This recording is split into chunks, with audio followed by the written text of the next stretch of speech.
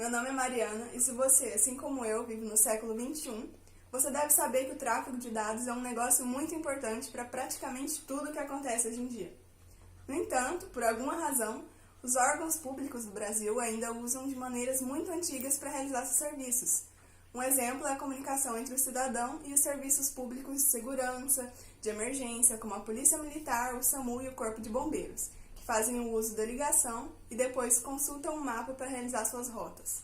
Quando em perigo, uma pessoa tem de fazer uma ligação para o número 190 para que seja, então, encaminhada para o atendimento da Polícia Militar mais próxima.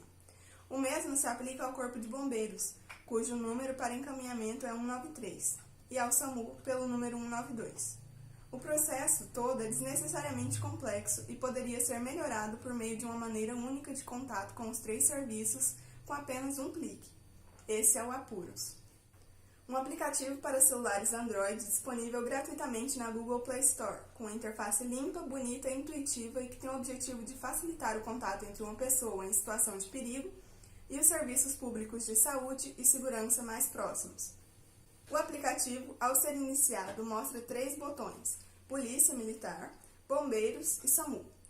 Cada um destes aciona o serviço correspondente, já fornecendo a localização e os dados pertinentes da situação da pessoa que solicitou, juntamente com a rota mais rápida até o local da chamada, para que sirva de guia para os oficiais ou socorristas. Tal rota é calculada por meio de um modelo matemático de programação linear que funciona independentemente da existência de uma conexão à internet.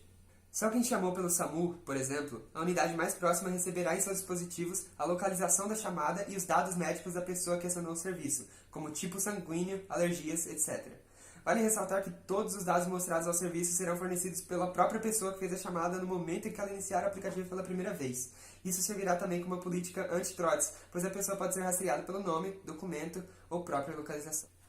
Porém, há 2 limitações no aplicativo. Momentaneamente, ele vai estar limitado à cidade de Coxim, porque o método que a gente usou para poder mapear as ruas é completamente manual. Não tem auxílio nem do Google Maps, nem do OpenStreetMaps, nem de outra ferramenta automatizada que faz esse serviço por nós.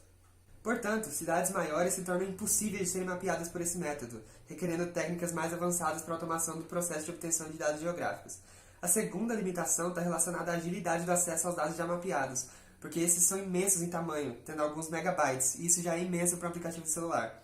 Por conta disso, a gente está estudando maneiras mais eficientes de acessar o banco de dados onde estão essas informações. Com o lançamento do Apuros nas lojas de aplicativos, espera-se que o número de trotes se reduza e que as pessoas tenham um atendimento mais rápido, fazendo com que cause mais segurança e que vidas possam ser salvas em momentos de crise.